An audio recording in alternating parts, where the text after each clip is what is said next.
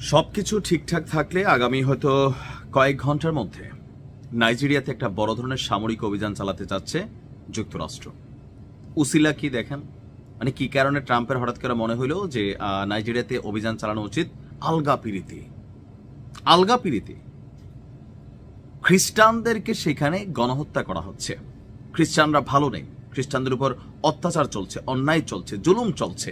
আবার এগুলা কারা করতেছে দেখেন, ঘুরে ফিরে আমাদের উপরে আনতেছে। ট্রাম্পের নতুন আরেকটা যুদ্ধ শুরুর দৃশ্য বা সাক্ষী সারা পৃথিবী হয়ে থাকছে।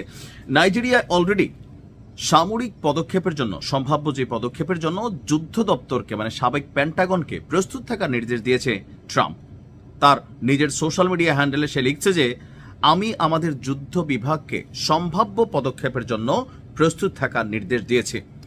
নাইজেরিয়ায় খ্রিস্টানদেরকে মানে শেষ করে ফেলা হচ্ছে, আর যুক্তরাষ্ট্র অবিলম্বে নাইজেরিয়ায় সমস্ত সাহায্য সহযোগিতা বন্ধ করবে।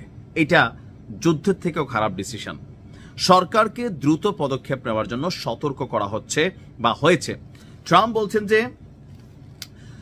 এখানে ভয়াবহ নৃশংসতা চালাচ্ছে এমন ইসলামিক সন্ত্রাসীদের, বলছি না আমাদের উপর আইসা পড়ছে, তাদেরকে সম্পূর্ণভাবে নির্মূল করার জন্য যুক্তরাষ্ট্রকে অবশ্যই সেই বন্দুকের মতন জ্বলন্ত দেশটিতে যেতে হবে। মন ইচ্ছা আমরা ঘরে ঘরে কাজে আপনি এসে মনে করবেন যে হে ভাই আমি তোকে মেশিন দেবো, তোরা থামতে হবে, নয়তো এটা করতে হবে সেটা করতে হবে, মানে যা ইচ্ছা আর কি। বিভিন্ন গণমাধ্যমের প্রতিবেদন বলছে যে নাইজেরিয়াতে প্রায় 23 কোটিরও বেশি জনগণ আছে, মানে বাংলাদেশের কাছাকাছি বা একটু বেশি। আর ইদানিং সময় যে দেশের রাজনৈতিক সিস্টেম দুর্বল হয় সেখানে গৃহযুদ্ধ বাদে আপনি সুদান দেখেন, নাইজেরিয়া দেখেন, উগান্ডা দেখেন, অনেক দেশ, সিরিয়া দেখেন, গৃহযুদ্ধ। বাংলাদেশের প্রেক্ষাপটে যে নমুনা হচ্ছে এগুলা শুরু হয়, এগুলার মজা কে নিবে?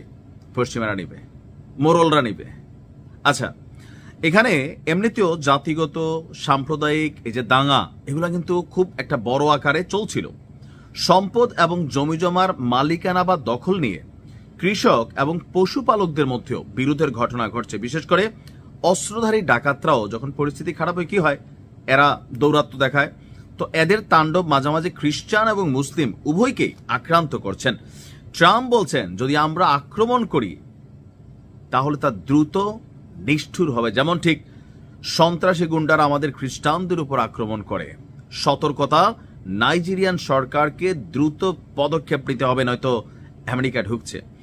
এর পরপরই আমরা দেখলাম যে ট্রাম্পের মন্তব্যের স্ক্রিনশট সহ আমেরিকার যে যুদ্ধমন্ত্রী আছে পিট হ্যাগসেথ, সে আবার লিখছে জি স্যার, মানে হ্যাঁ স্যার, নাইজেরিয়া এবং যে কোনো জায়গায় নিরীহ খ্রিস্টানদের হত্যা অবিলম্বে বন্ধ করতে হবে। যুদ্ধ বিভাগ পদক্ষেপ নেওয়ার প্রস্তুতি নিচ্ছে। হয় নাইজেরিয়ান সরকার খ্রিস্টানদের রক্ষা করবে, অথবা আমরা সেখানে ভয়াবহ নৃশংসতা ঘটিয়ে থাকা ইসলামিক যারা জঙ্গি গোষ্ঠী আছে তাদেরকে হত্যা করব। মার্কিন পররাষ্ট্রমন্ত্রী মার্কো রুবিও একই প্রতিক্রিয়া জানিয়েছেন। তিনি বলছেন যে সেখানে যেই ঘটনা ঘটছে সেটা নিন্দনীয়, আর খ্রিস্টানদের উপর, তারপর হচ্ছে তিনি আবার একটু ভালো কথাই বলছেন, সেখানে তিনি আবার গণহারে কথাটা বলছেন যে খ্রিস্টানদের উপর, মুসলিমদের উপরও গির্জা এবং মসজিদগুলোতেও এলোমেলোভাবে আক্রমণ করা হয়। অর্থাৎ এখানে যেটা আমার মনে হয় যে একটা গোষ্ঠী আছে, থাকে না যে কোনো দেশের পরিস্থিতি খারাপ হলে একটা গোষ্ঠী এরা সবার উপর অন্যায়, অত্যাচার, জুলুম, সন্ত্রাসী বাহিনী বড় আকার ধারণ করে। তবে ট্রাম্পের এই অভিযান যদি হয় কোনো কমিউনিটি বেসিস তাহলে সেটা অন্যায় হবে। ট্রাম্পের উচিত যে সেখানে যারাই আক্রান্ত হচ্ছে, আবার যদি আমাদের কোনো কমিউনিটি এই কাজ করে থাকে তাদেরকে পানিশ করা উচিত। নিরীহ মানুষের উপর করবেন, আর আমরা শুধু এই দলের হওয়ার কারণে, ধর্মের হওয়ার কারণে সাফাই গেব তাও না।